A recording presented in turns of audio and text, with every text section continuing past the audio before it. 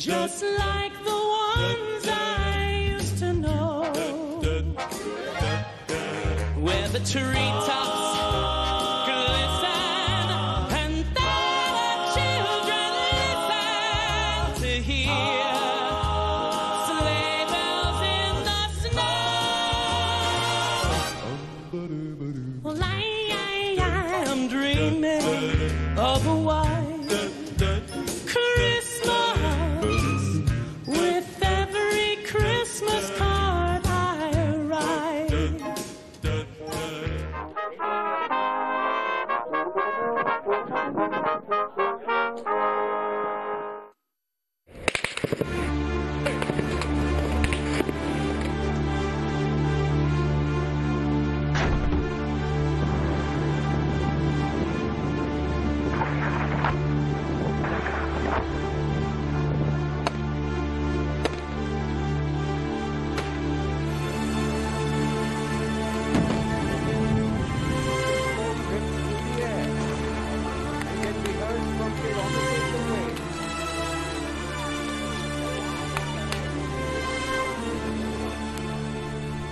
Good afternoon.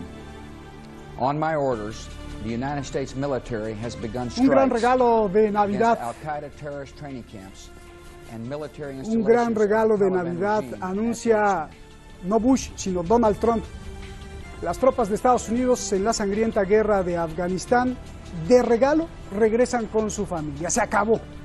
Lo que inició ese señor George W. Bush, lo que empezó con los atentados terroristas en Nueva York, fin. Los soldados de Estados Unidos se mueven de ahí. ¿Es una broma esto? ¿Es un truco? ¿Qué es?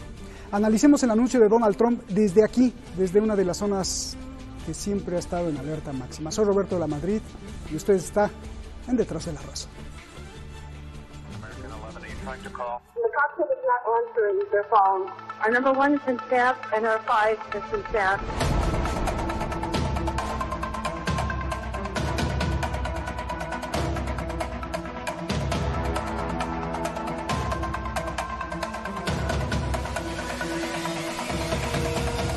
On my orders, the United States military has begun strikes against Al-Qaeda terrorist training camps.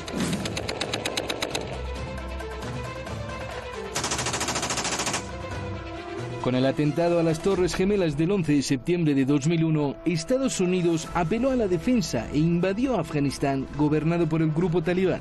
George W. Bush acusó a Osama Bin Laden y su grupo Al-Qaeda de ser los responsables de los atentados y de estar refugiados en Afganistán.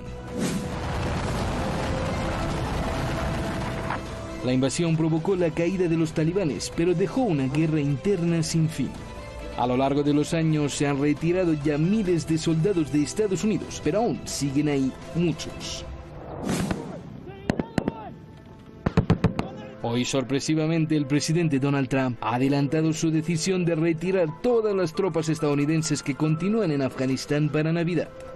I am here tonight to lay out our path forward in Afghanistan and South Asia. Deberíamos tener al pequeño número restante de nuestros valientes hombres y mujeres sirviendo en Afganistán en casa para Navidad.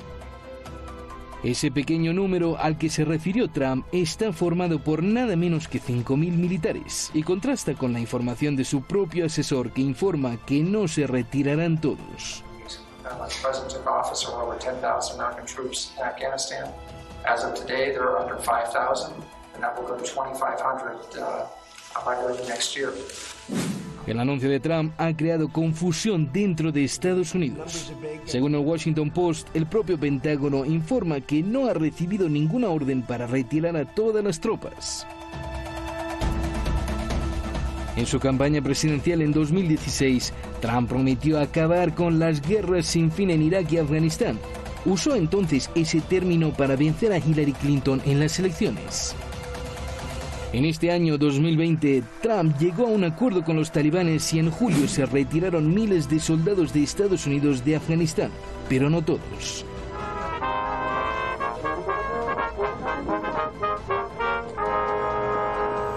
El anuncio de ahora de retirar a todas las tropas para Navidad puede ser parte del acuerdo con los talibanes. O puede puede ser un intento desesperado para ganar votos a unos días de las elecciones. O puede ser una estrategia militar para despistar a los rivales. Se ha anunciado que Estados Unidos tiene una lista con 80 ciudades que podría atacar en el vecino Irak.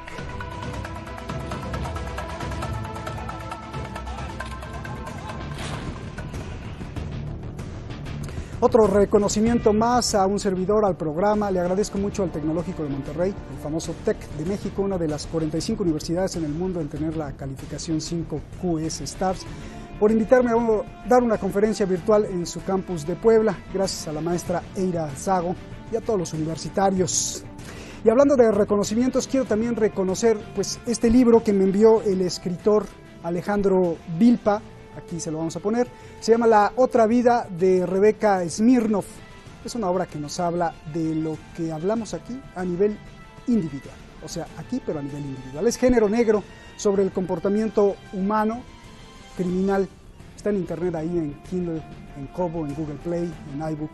Ahí búsquelo, se lo recomiendo. Y esta noche tenemos...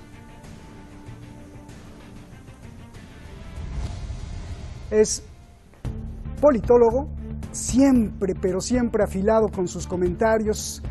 Él lo sabe hacer muy bien y ha estudiado muchísimas las relaciones internacionales y cómo se mueven los hilos, el teje y maneje, como decimos en México. Ahí veíamos a Luis Torres. Y Juan Francisco Coloane, él es pues exfuncionario de la ONU, ha estado justamente dentro de la célula que también organiza, mueve y sobre todo también engaña a veces al mundo. Gracias, Juan Francisco Coloane. Gracias a los dos. Luis, comienzo contigo. A ver, ¿qué es esto de Donald Trump? ¿Es una farsa o qué es? Por favor.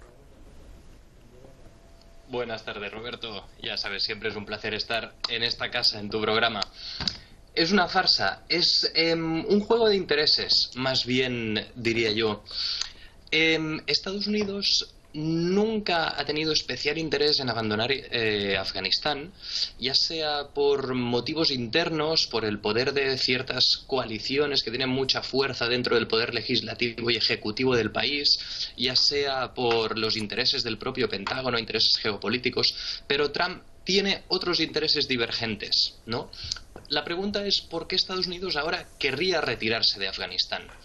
En primer lugar, yo diría que es un interés electoralista de la administración Trump, que, a pesar de lo que pueda parecer por su retórica agresiva, las intervenciones exteriores del mandato de Trump han estado siempre basadas principalmente en la coerción económica, ya que llegó a la Casa Blanca con un discurso aislacionista. El famoso lema del America First pasaba por alejarse también de los problemas del mundo, incluidos aquellos que los propios Estados Unidos habían provocado e incentivado.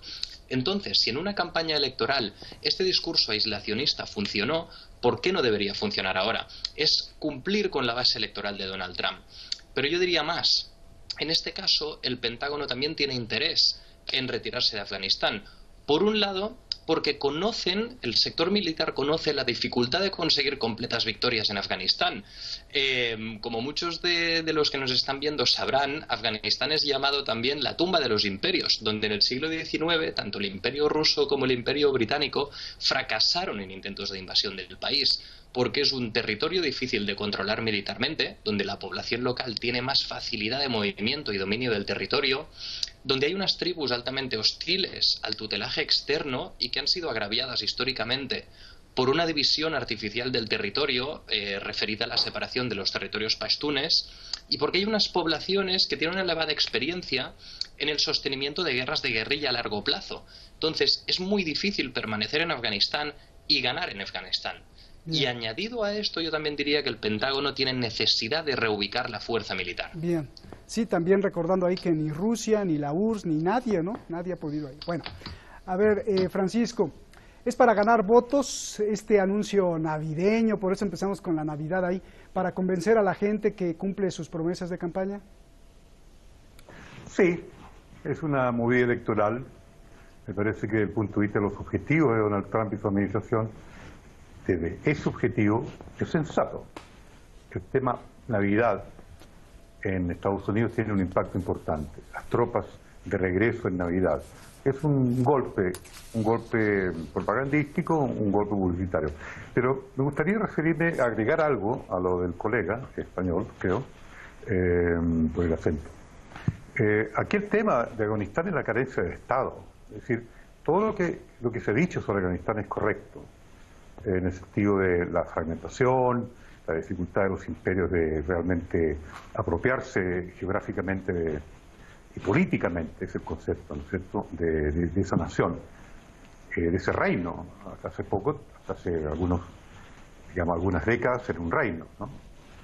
Pero la carencia de Estado es el punto central de Afganistán. Es decir, la única posibilidad en donde Afganistán pudo ser Estado es cuando Najibullah, el doctor Najibullah, a fines de los años 70 o al comienzo de los 80, le pide a la Unión Soviética: vengan a ayudarme a controlar la fuerza terrorista que comienza a funcionar. Es decir, esa parte de la historia, en el análisis actual del Pentágono, en los analistas de Foreign Policy, Foreign Affairs, y particularmente este individuo que a mí me molesta mucho, que es Fareed Zakaria. Cuando habla de Afganistán, Fareed Zakaria se olvida de que Afganistán, después de dejar de ser un reino, es república y se empieza a formar un Estado laico con Najibullah, que era un dirigente de tendencia prosocialista, por decirlo de alguna manera. Y él pide la ayuda de la Unión Soviética, no para que la Unión Soviética se expandiera. La Unión Soviética no habría tenido ningún interés en expandirse, porque ellos ya tenían una expansión en el Asia Central, tenían una gran alianza con India, por lo tanto no había un interés, digamos, ni monetario ni ningún tipo. Sin embargo, fue una santidad, una especie de milagro, que hubiera ocurrido esa invasión, porque de alguna manera refleja y exhibe lo que es Afganistán hoy día, que es un enclave estratégico en esa región del Asia Central, con fronteras con Irán, con 3 repúblicas exsoviéticas, las repúblicas del Asia Central arriba islámicas, que ahora son repúblicas independientes, Pakistán. Entonces el problema es mucho más complejo de retirar o no retirar tropas. El problema es que conformar un Estado Afganistán, un Estado-nación. Y eso es lo que no se ha podido desde la invasión soviética. Digamos, la invasión soviética intenta mantener ese Estado laico, es expulsada la Unión Soviética, se desploma la Unión Soviética y nacen los talibanes en el periodo soviético. Yo tengo un librito aquí que lo voy a mostrar, de los Mujahedines, que es un libro norteamericano escrito por Nancy Peabody Newell y Richard S. Newell. Aquí no está la palabra Afganistán. Tú vas al índice, Roberto y colega español, aquí no está la palabra talibán. Es del año 81 este libro. ¿Qué significa eso? Que la palabra talibán fue inventada internamente, inclusive, producto de la penetración norteamericana a través de la CIA para expulsar a los soviéticos. ¿Y qué es lo que hacen en Afganistán los norteamericanos? Es algo que yo, viviendo en India, paralelamente, yo viví toda la invasión a Afganistán desde la India. Vivía en India y trabajaba en India para la ONU. Por lo tanto, como reflejo, estudié mucho la invasión a Afganistán porque le tocaba íntimamente a India por la población islámica poderosísima que hay en India y numerosísima, más de 100 millones, 150 millones de musulmanes en India. Entonces, los talibanes surgen a partir de las escuelas coránicas y se les empieza a enseñar a partir de los 13, 14 años actividad insurreccional en las escuelas coránicas a los chiquilines, a los muchachos jóvenes afganos. Ese es el gran pecado imperialista de Estados Unidos, que nosotros en ese tiempo como Naciones Unidas criticábamos mucho. Incluso afganes laicos, refugiados en la India, reclamaban de que por qué Estados Unidos penetraba y la población, esta población dispersa de Pashtú, de Punjabis, de lo que sea, de afganos, ¿no es cierto?, las distintas culturas y etnias, aceptaban que las escuelas coránicas se enseñaran técnicas insurreccionales, incluyendo terrorismo. Por lo tanto, es la cuna del terrorismo de última generación, es Afganistán. Y el otro problema es Pakistán. La frontera con Pakistán es una frontera de permanente alimentación de terrorismo. Pakistán juega con la variable terrorista para lograr mantener su independencia, juega con la variable terrorista Pakistán para estar asolando permanentemente a India, para estar siempre con ese juego con China, que es aliado de China, que no es aliado de China. ¿Es aliado de Estados Unidos? ¿No es aliado de Estados Unidos? Y finalmente, ¿Pakistán es aliado de quién? De Pakistán. Ellos tienen que mantener su identidad. Bien. Y Pakistán usa a Afganistán en su propio beneficio con el terrorismo. Por lo tanto, esto es muy, muy complejo. Qué hermosa explicación de los dos, qué hermosa explicación, Francisco. Gracias, te lo agradezco mucho. A ver, quiero ir más allá, Luis. Hay la posibilidad de que el anuncio pues sí sea real y no de campaña, porque quizá quiera dejar un vacío de poder en Afganistán para dar paso a Arabia Saudí y países árabes del Golfo interesados en el control de esa parte de Asia. Recordemos que el acuerdo entre Donald Trump y los talibanes se firmó en Qatar hace unos meses, país árabe del Golfo, que ayudó a las conversaciones. Más allá de la cuestión de campaña electoral, ¿no estamos asistiendo a otra movida? Algo así como lo que pasó en Irak cuando se fueron las tropas con Obama y entonces apareció el terrorismo de Daesh y luego la necesidad de que regresaran otra vez las tropas de Estados Unidos. ¿Cuál es el papel aquí exactamente de lo que te estoy diciendo, por favor? Muy bien, Roberto. Yo diría que ahora mismo los intereses, digamos, siempre hay una división muy clara desde que Donald Trump ha llegado al Ejecutivo, ¿no? Por un lado están los intereses de Estados Unidos y por el otro lado están los intereses de Donald Trump. Yo creo que es el presidente de Estados Unidos que más ha reflejado que sus propios intereses personales pasan por encima de los intereses de la nación como tal. Yo diría que ahora mismo puede haber ciertos movimientos de retirada en Afganistán, pero a largo plazo, ya sea por una presión del Pentágono sobre la propia administración de Donald Trump o porque haya un cambio de administración en las próximas elecciones, al final Estados Unidos volverá a Afganistán o no se retirará del todo de Afganistán porque tiene intereses muy importantes allí. En primer lugar, Estados Unidos sabemos que se mueve mucho a nivel internacional por los intereses económicos. ¿Y qué tiene Afganistán a nivel geoeconómico? Tiene hierro por valor de 421.000 millones de dólares. Tiene cobre por valor de 274.000 millones de dólares. Tiene depósitos estimados de litio tan grandes como los de Bolivia. Grandes reservas de cobalto valoradas en 51.000 millones de dólares. Tiene oro por valor de 25.000 millones de dólares. Sulfuro, grafito, arena, grava, minerales raros. Todo ese potencial económico, todos estos recursos, no solo los puede querer Estados Unidos para sí, que esto es evidente, sino que debe evitar que otras grandes potencias internacionales, en este momento Rusia o China, accedan a ellos. Entonces, abandonar estas reservas sería una jugada tremendamente arriesgada para Estados Unidos y no acorde con su normal comportamiento internacional. Luego, aparte de esto, yo diría que hay un interés geopolítico evidente. Siguiendo un poco parcialmente la teoría del Herland, es cierto que el control de Asia Central da una posición privilegiada a cualquier gran potencia, ya que es un enclave desde el que puedes desplegarte fácilmente hacia Europa, Asia Oriental y Oriente Medio al mismo tiempo. Ello significa tener una fluidez de movimientos a través de Eurasia, que, bueno, sabemos que es la extensión terrestre más grande del mundo, con una concentración del 50% de los recursos globales. En este sentido, Washington no puede permitir que otros ocupen su lugar. Y ya lo están haciendo, o ya lo han hecho históricamente. Recientemente China ha adoptado Kirguistán como su principal aliado en el área de Asia Central y está expandiendo sus lazos militares en la región y además está conquistando el territorio a nivel económico mediante la ruta de la seda. Luego Rusia es el país que históricamente ha tenido más presencia a raíz de la Unión Soviética. Ahora mismo tiene una presencia militar muy importante en el territorio, con Kazajstán y Tayikistán como principales aliados regionales. Y además de ello, en combinación, Rusia y China están aumentando sus maniobras combinadas en Asia Central a través de ejercicios militares conjuntos en el marco de la Organización para la Cooperación de Shanghái. Entonces, es una región muy interesante, tanto geopolíticamente como geoeconómicamente, en la que ahora mismo los dos principales competidores internacionales de Estados Unidos están más presentes que Estados Unidos.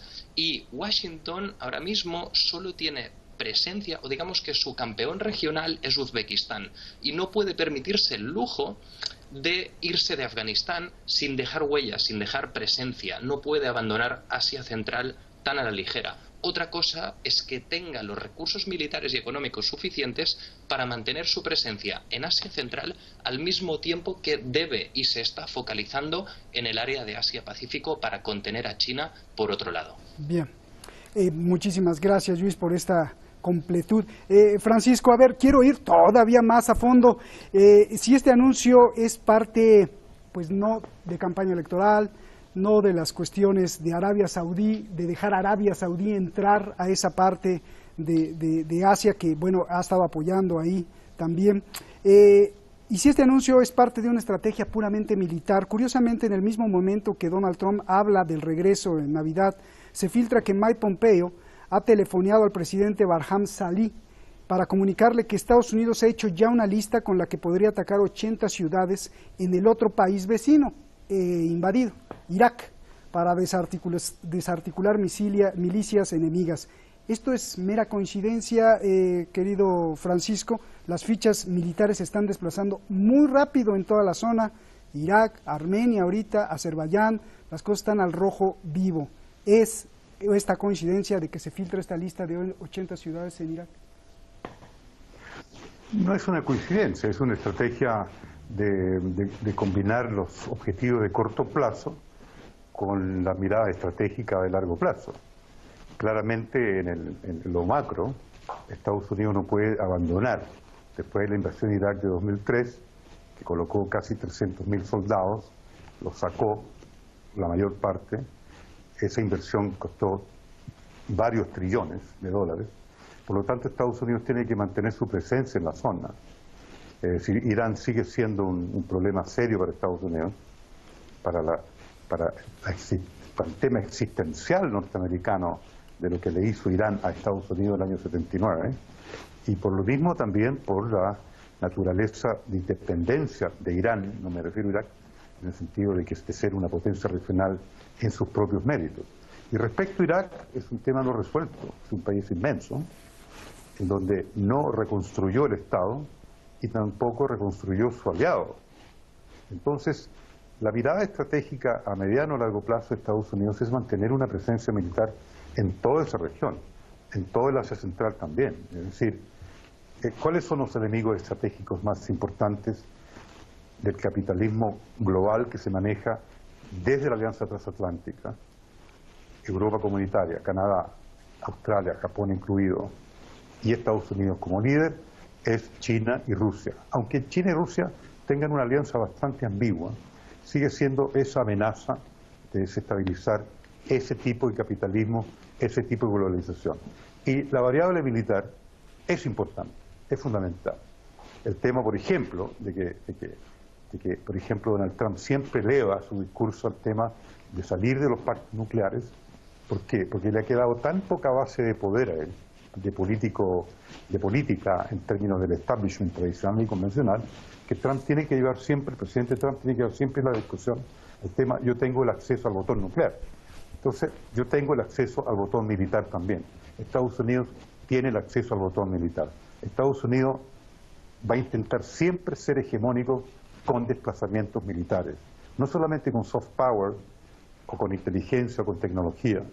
Además, hay otro punto, y tú lo sabes mejor que yo, por los programas de Detrás de la Razón, que lo que yo llamo los emperadores de la nueva economía, los emperadores digitales, no los voy a nombrar por nombre, con sus nombres, obviamente que están intentando atrapar el enclave militar global y el enclave nuclear. Digamos, a los Bezos, a los Zuckerman y a los Gates les encantaría tener el manejo del botón nuclear.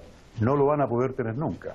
Esa separación de poder va a existir siempre, porque el botón nuclear va a tener que manejarse políticamente no a través de la instrumentación de los emperadores digitales.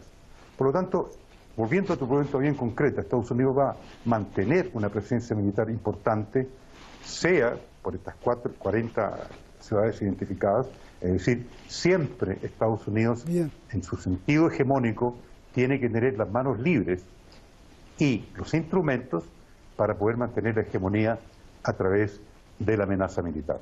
Muchísimas gracias, nos acabó el tiempo. Gracias, Francisco, un gran abrazo, gusto en verte de nuevo. Gracias, Luis, también gusto en verte de nuevo. Abrazos, saben que los respeto con mucha admiración y también los quiero mucho. Terminamos una semana intensa, llena de guerras. Ojalá que sea cierto. No lo creo, pero por eso los dejo con el buen deseo y el anuncio de Donald Trump. Feliz Navidad desde antes. Jo, jo, jo, jo, diría el señor Claus.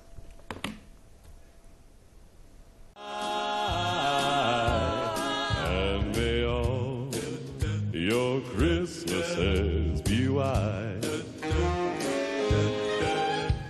Well, I am dreaming of a white Christmas, just like the ones I used to know, where the treetops